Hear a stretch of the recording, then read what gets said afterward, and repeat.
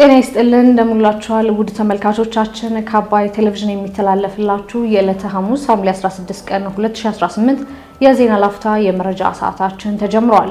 የክልሉን የሰላምና ጸጥታ ሁኔታ በራስ አቅም ለመቆጣጠር እየሰራ መሆኑን የአማራ ክልል መንግስት ማስታወቁን የህዳሴ ግድብ ተደራዳሪ ቡድን አባል የሆኑት ፕሮፌሰር ያዕቆብ አርሳኖ ግብጽ በጋራ ለመጠቀምና ለመስራት ዝግጁ አይደለችም ማለታቸውን እንዲሁም የኢትዮጵያ ሜትሮሎጂ ኢንስቲትዩት በቀጣዮቹ 10 ቀናት የተለያዩ የሀገሪቱ ክፍሎች ከቀላል እስከ ከባድ መጠን ያለው ዝናብ እንደሚያገኙ መግለጹን ጨምሮ ሌሎች መረጃዎችን ይዘናል። ዜናውን እየመራው ራቢያ ከድር ከእናንተ ጋር ቆይታ አደርጋለሁ። አብራችሁን ቆዩ። የክልሉን የሰላምና ጸጥታ ሁኔታ በራስ አቅም ለመቆጣጠር እየሰራ መሆኑን የአማራ ክልል መንግስት አስታወቀ። የአማራ ክልላዊ ወቅታዊ የሰላም ሁኔታን በሚመለከት የክልሉ የሰላምና ጸጥታ ቢሮ ኃላፊ አቶ እሸቱ ዩሱፍ ምላሽና ማብራሪያ ሰጥተዋል። አቶ እሸቱ የክልሉን ወቅታዊ የሰላም ሁኔታና የሰላም አማራጭን መርጠው መተዋል ላሏቸው የቀድሞ ታጣቂዎች ከአማራ ሚዲያ ኮርፖሬሽን ጋር በነበራቸው ቆይታ ሰፋ ያለ ማብራሪያ ሰጥተዋል። በማብራሪያቸው ክልሉ ሰላሙን ለማስከበር በራሱ አቅም እየተንቀሳቀሰ መሆኑንም ተናግረዋል። በዚህም የመከላከያ ሰራዊት ለተጨማሪ ግዳጆች በሚቀሰቀስበት ወቅት የክልሉን የጸጥታ ሁኔታ መምራት የሚችል ኃይል ነው እየገነባን ያለነው ብለዋል። አቶ እሸቱ የሰላም አስከባሪ ሚኒሻ፣ አድማ ብተናና ፖሊስ እየመለመልን ነው እያሰለጠንን ነው ሲሉም ገልጸዋል።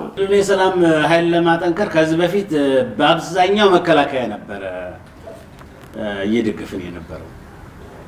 አሁን የመከላከያ ሰራዊታችን ለተጨማሪ ግዳጅ የሚንቀሳቀስባቸው ጊዜዎች አሉ። በዚህ መሰረት የክልሉ የጸጥታ ኃይል በራሱ ቆሞ ክልሉን ማስተዳደር፣ ክልሉን መምራት፣ ክልሉን የህግ የበላይነት ማስከበር እንዲችል የተለያዩ ስልጠናዎች እየሰጠን ነው። ኃይል እያሰባሰብን ነው። ሰላም አስከባሪ እየመለመልን ነው፣ እያሰለጠን ነው። ሚሊሻ እየመለመልን ነው፣ እያሰለጠን ነው። አድማ መከላከል እየመለመልን እያሰለጠን ነው። ፖሊስ እየመለመልን ነው፣ እያሰለጠን ነው። ተጨማሪ ለመከላከያ ኃይል የሚሆን ኃይል እየመለመልን እያሰለጠን ነው። የክልሉን ጸጥታ በራሱ ማስከበር የሚችል መዋቅር፣ ተዋግቶ ማሸነፍ የሚችል መዋቅር እየገነባን ነው። ሰላም አስከባሪ ብቻውን አሁን ይወጋል። ሰላም አስከባሪ ወረዳዎችን ነፃ ያወጣል፣ ቀበሌዎችን ነፃ ያወጣል። ከአድማ መከላከል ጋር ሲቀላቀል ደግሞ ብዙ ስራ ይሰራል። ስለዚህ በራሳችን አቅም የክልሉን የህግ የበላይነት ለማስከበር የሚያስችለን የመመልመል የማሰልጠን እና ግዳጅ ሰጥቶ የማዋጋት ሁኔታዎች ከጊዜ ጊዜ እያደጉ መጥተዋል ማለት እንችላለን እና በራሳችን አቅም ህግ የማስከበርና የህግ የበላይነትን የማስከበር ሁኔታዎች እየተሻሻሉ መጥተዋል ማለት እንችላለን። የሰላምና ጸጥታ ቢሮ ኃላፊው አያይዘውም በክልሉ የሰላም አማራጭ ተቀብለው የመጡ የቀድሞ ታጣቂዎችን በሙሉ ወደ ጸጥታ ስራ አላስገባንም ብለዋል። የተመረጡና የታመኑ ብቻ ናቸው ወደ ጸጥታ ኃይሉ የሚገቡ ሲሉም ተናግረዋል። ነገር ግን የታመነባቸው በክልሉ የጸጥታ ኃይል ውስጥ ከማስገባት ጀምሮ ኃላፊነት እስከ መስጠት መደረሱንም ገልጸዋል። ሁሉንም ወደ ጸጥታ አካላት አልመለስናቸው። ወደ ጸጥታ አካል የምናመጣቸው በጣም በጥንቃቄ ነው። ጸጥታ ውስጥ የምናስገባው ሰው፣ በጸጥታ ውስጥ የምናካትተው ሰው ለህግ የበላይነት ዋጋ የሚከፍል መሆን አለበት። የጸጥታ ስራው ውስጥ የሌብነት ሜንታሊቲ ይዞ የሚመጣ ከሆነ መልሶ ክልል ያፈርሳል። እንደዛ እናደርግ። የታመነባቸው እና ለክልሉ የህግ የበላይነት ዋጋ የሚከፍሉ ለዚህ የተዘጋጁ ሰዎችን እየለየን በጸጥታ አካላት ውስጥ በሰላም አስከባሪ በተለያዩ መዋቅሮችም አስገብተናቸዋል። ለአመራር የሚያደርግናቸዋል። ወረዳ አመራር ይሆናሉ፣ ወደ ታችኛው መዋቅርም አመራር ይሆናሉ፣ የሰላም አስከባሪ አመራር ይሆናሉ። በዛ መልኩ ለጸጥታ ስራው ታማኝ ናቸው። አሁን ተጸጽተዋል ብለን የምናምናቸው ካሉ እንደዛ እናደርጋለን። እኛ የምንፈልገው በንጽህና የሚሰራና ህብረተሰቡን የሚያገለግል ኃይል መሆን አለበት። ስለዚህ በጥንቃቄ ነው ጸጥታ ላይ የምናስገባው። ዝም ብለን እንዳገኘን ሳይሆን ይሄ ሰው ታማኝ ነው ወይ፣ ይሄ ሰው በስነ ምግባር ጥሩ ነው ወይ፣ ይሄ ሰው ለህገ መንግስት ዋጋ ይከፍላል ወይ፣ ለህግ የበላይነት ዋጋ ይከፍላል ወይ ነው ወይስ ለራሱ ሀብት ለመሰብሰብ ለመዝረፍ የመጣ ነው የሚለውን በጥንቃቄ ከለየን በኋላ ነው ወደዚህ የምናስገባውና ከሌሎቹ ከመንግስት ሰራተኛ ይልቅስ እነዚህኞቹ ላይ በጣም ኃይለኛ ጥንቃቄ እናደርጋለን። ጥንቃቄ አድርገን ወደዚህ የምንመልሰው። የህዳሴ ግድብ ተደራዳሪ ቡድን አባል የሆኑት ፕሮፌሰር ያዕቆብ አርሳኖ ግብጽ በጋራ ለመጠቀምና ለመስራት ዝግጁ አይደለችም አሉ። መጋቢት 24 ቀን 2003 ግንባታው የተጀመረውና ጳጉሜ 4 ቀን 2017 በይፋ የተመረቀው ታላቁ የኢትዮጵያ ህዳሴ ግድብ ወደ ስራ መግባቱና ኃይል ማመንጨት መጀመሩም ይታወቃል። ከታላቁ የኢትዮጵያ ህዳሴ ግድብ ጋር በተያያዘ ኢትዮጵያን በተደጋጋሚ እየወነጀለች የምትገኘው ግብጽ በውጭ ጉዳይ ሚኒስትሯ ባድር አብዱላቲ በኩል አሁንም ውሃ የማያነሱ ሀሳቦችን እያስተጋባች ትገኛለች። ሚኒስትሩ ለአልአረቢያ ሰጡት በተባለው አስተያየት የግድቡን የደህንነት ደረጃ ያነሱ ሲሆን ግብጽና ሱዳን የግድቡን የደህንነት ደረጃ ወይም አካባቢያዊ ተጽዕኖ በተመለከተ የደረሳቸው የጥናት ውጤት የለም ብለዋል። አክለውም ኢትዮጵያ በቅርቡ ግድቡን በተናጠል ማስተዳደር ጀምራለች። እነዚህ እርምጃዎች የጋራ የሆኑ የውሃ ሀብቶችን ከሚመሩባቸው የህግ ማዕቀፎች ጋር የሚሄዱ አይደሉም ሲሉም ተደምጠዋል። በዚህ አስተያየት ላይ ምላሽ የሰጡት የህዳሴ ግድብ የኢትዮጵያ ተደራዳሪ ቡድን አባልና በአዲስ አበባ ዩኒቨርሲቲ የሃይድሮ ፖለቲክስ ተመራማሪ ፕሮፌሰር ያዕቆብ አርሳኖ ግን በጋራ የውሃ ሀብት ላይ በትብብር ለመስራት ፍቃደኛ ሳይሆን የቀረው ግብጽ ራሷ መሆኗንም ተናግረዋል። ለዚህ በማሳያነት የጠቀሱት ደግሞ በአብዛኞቹ የተፋሰሱ ሀገራት የተፈረመውና ጥቅምት 3 ቀን 2017 ተግባራዊ መሆን የጀመረው የናይል ተፋሰስ ሀገራት የትብብርና አጠቃቀም ማዕቀፍ ስምምነት ነው። ግብጽ ስምምነቱን አለመፈረሟን ያስታወሱት ፕሮፌሰሩ በጋራ ለመጠቀምና ለመስራት ዝግጁ አይደለችም በማለትም ወቅሰዋል። የትብብር ማዕቀፍ ስምምነትን ሱዳንንም ከጎኗ አርጋ ፊርማዋን አላኖረችም። እንግዲህ የጋራ ሀብትን በጋራ ማስተዳደር የሚባለው እንደዚህ አይነት ስምምነቶችን በድርድር ላይ ተመስርቶ ለሁሉም በሚበጅ መንገድ በመፈረም ነው በማለትም አብራርተዋል። ፕሮፌሰር ያዕቆብ በዚሁ ምላሻቸው በኢትዮጵያ ያለው ግድብ ልክ በሀገሯ እንዳለ ግድብ ማስተዳደር ትፈልጋለች በማለትም የግብጽን አቋም ተችተዋል።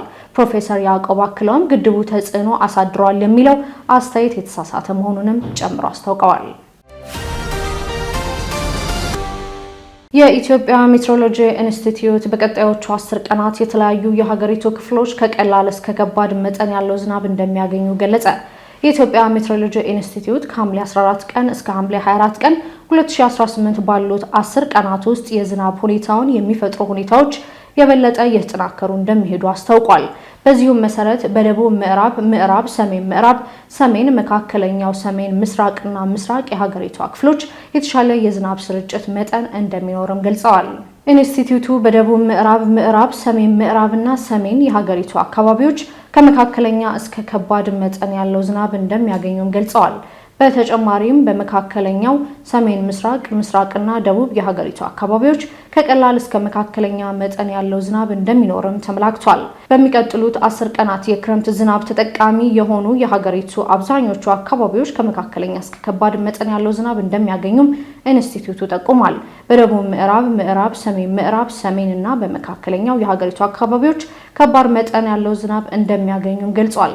በተጨማሪም በኢሌ ዳር፣ ዱብቲ፣ ሰመራ፣ ቡሬ፣ አሳይታ፣ ሁንዶፎ፣ ገዋኔ፣ ሚሌ፣ ዳሊፍ፣ ጊ፣ አይሻ፣ ጉሊና፣ አዋሽ አርባ፣ ባቲ፣ ዶሎ አዶ፣ ዳዋ፣ አሶሶ፣ ጎዴ፣ ቋራ፣ አዋሽ፣ ፈንታሌ፣ ጭፍራ፣ ላሬ፣ መተሐራና ላሬ ፉኙዶ አካባቢዎች ከሚኖረው የቀን ከፍተኛ የፀሐይ ኃይል ጋር ተያይዞ ከፍተኛ ሙቀት ይኖራቸዋልም ነው ያለው። ኢንስቲትዩቱ በቀጣዮቹ ቀናት የሚኖረው መልካም አጋጣሚዎችን ለመጠቀምና የሚጠበቁ አሉታዊ ተጽዕኖዎችን ለመከላከል የግብርና ሜትሮሎጂ ምክረ ሀሳብን ከወዲሁ መተግበር እንደሚያስፈልግም አሳስበዋል። ሁቲዎች በሳውዲ የነዳጅ መርከቦች ላይ ጥቃት መፈጸማቸውን ተከትሎ በመካከለኛው ምስራቅ ጦርነት ላይ አዲስ ስጋት ደቅኗል ተባለ። የሁቲ ታጣቂዎች በሳውዲ የነዳጅ መርከቦች ላይ ጥቃት መፈጸማቸውንና በሳውዲ አረቢያ ላይ የባህር እገዳ መጣላቸውን ገልጸዋል። ይህ እርምጃ ኢራን የሆርሙዝ ወሽመጥን ለመዝጋት ከምትዝትበት ሂደት ጋር ተዳምሮ የነዳጅ አቅርቦት ላይ ከፍተኛ ቀውስ የመፍጠር አቅም አለውም ተብሏል። ይህ በእንዲህ እንዳለ አሜሪካና ሳውዲ አረቢያ ወሳኝ የተባለ የኒውክሌር ስምምነት ተፈራርመዋል። ዘሩፋኤል ሀብታሙ ዝርዝሩን ያስደምጠናል። ከኢራን ጋር ግንኙነት ያላቸው ሁቲዎች እንደገለጹት የሳውዲ የነዳጅ ጫኝ መርከቦች ላይ ጥቃት ፈጽመዋል። ይህም ኢራን የሆርሙዝ ወሽመጥን ለመዝጋት ከምትሞክርበት ሂደት ጎን ለጎን በዓለም አቀፍ የነዳጅ አቅርቦት ላይ ሁለተኛ የባህር መተላለፊያ ማነቆ የመፍጠር ስጋትን ደቅኗል። ይህ በእንዲህ እንዳለ የአሜሪካ ጦር በፕሬዚዳንት ዶናልድ ትራምፕ ትዕዛዝ በኢራን ላይ አዲስ ጥቃት ዙር ያጠናቀቀ ሲሆን ይህም ለ12 ተከታታይ ሌሊቶች የቀጠለ የአሜሪካ ጥቃት ሲሆን ኢራንም በምላሹ በዮርዳኖስ ያሉ የአሜሪካ የሚሳይል ስርዓቶች፣ የጦር መሳሪያ፣ የነዳጅ ማከማቻዎች እንዲሁም በኩዌት ኩዌት ያሉ አልሳሊም አየር ማረፊያ፣ ዶሃ ካምፕና አርፋጃን ካምፕ ላይ ጥቃት መፈጸሙን አስታውቃለች። ኢራን የሆርሙዝ ወሽመጥ ሙሉ በሙሉ በሚባል ደረጃ መዝጋቷ በዓለም ዙሪያ የዋጋ ግሽበትን የቀሰቀሰ የነዳጅ ዋጋን ያናረና የአሜሪካ ነዳጅ ተጠቃሚዎችን ያስጨንቅም ነበር። ከሆርሙዝ ወሽመጥ በተቃራኒ በአረቢያ ባረሰላጤ መሬት ጫፍ ላይ በሚገኘው የባብ ኤል ማንዳብ አቅራቢያ ያሉ ቦታዎችን የሚቆጣጠሩት በየመን የሚገኙት የሁቲ ታጣቂዎች ሰኞ ዕለት በሳውዲ አረቢያ ላይ የባህር እገዳ መጣላቸውን ገልጸው እንደነበርም አይዘነጋም። አንዳንድ ተንታኞች ይህንን ኢራን እንደ መደራደሪያ አቅም ለመጠቀም የወሰደችው ስልታዊ እርምጃ አድርገውም ተመልክተውታል። በቀይ ባህር ላይ ያለው ውጥረት ከመባባሱ በፊት የአሜሪካው ፕሬዝዳንት ዶናልድ ትራምፕ ረቡዕ ዕለት እንደተናገሩት ኢራን በሆርሙዝ ወሽመጥ ላይ በሚያልፉ ማንኛውም መርከብ ላይ ተኩስ ከከፈተች ቁጥር 1 የኢራንን ድልድይ ወይም የኃይል ማመንጫ እንደሚያወድሙም ዝተዋል። የኢራን ጥምር ወታደራዊ እዝ በበኩሉ የትራምፕ መሰረተ ልማቶች ላይ ያነጣጠረ ዛቻ ተግባራዊ የሚሆን ከሆነ የኢራን ኃይሎች በክልሉ የሚገኙ የነዳጅ የጋዝና የኢኮኖሚ መሰረተ ልማቶች ኢላማ እንደሚያደርጉና አንዲት ጠብታ ነዳጅ እንኳን እንዳይወጣ እንደሚከላከሉ ማስጠንቀቁን የኢራን መንግስታዊ መገናኛ ብዙሃን ዘግበዋል። ከጥቂት ሰዓታት በኋላ የኢራን አብዮታዊ ዘብ ከሆርሙዝ ወሽመጥ በስተደቡብ በሚገኝና ፈንጂ ተጥሎበታል ባለው የባህር መስመር ላይ ፍንዳታ መከሰቱን ገልጾ ከ3 የነዳጅ መርከቦች መካከል አንዷ መቃጠሏንና ቀሪዎቹ ሁለቱ ደግሞ ተመልሰው መሄዳቸውን አስታውቋል። አብዮታዊ ዘቡ ወሽመጡ በሱ ቁጥጥር ስርና ሙሉ በሙሉ የተዘጋ መሆኑን ገልጾ ከኢራን ጋር ቅንጅት ሳይደረግ ማንኛውም የነዳጅ መርከብ እንዳይገባ ወይም እንዳይወጣም አስጠንቅቋል። ይህ በእንዲህ እንዳለ አሜሪካና ሳውዲ አረቢያ ወሳኝ የተባለ የኒውክሌር ስምምነትም ተፈራርመዋል። ስምምነቱ ሰላማዊ የኒውክሌር ትብብር ስምምነት ተብሎ የተገለጸ ሲሆን ለአሜሪካ ኩባንያዎች በሳውዲ የኒውክሌር ኃይል ፕሮግራም ውስጥ ትልቅ ዕድል ይሰጣል ሲል የአሜሪካ የኢነርጂ መስሪያ ቤት አሳውቋል። የስምምነቱ ዝርዝር ነጥቦች ለህዝብ ይፋ ባይደረጉም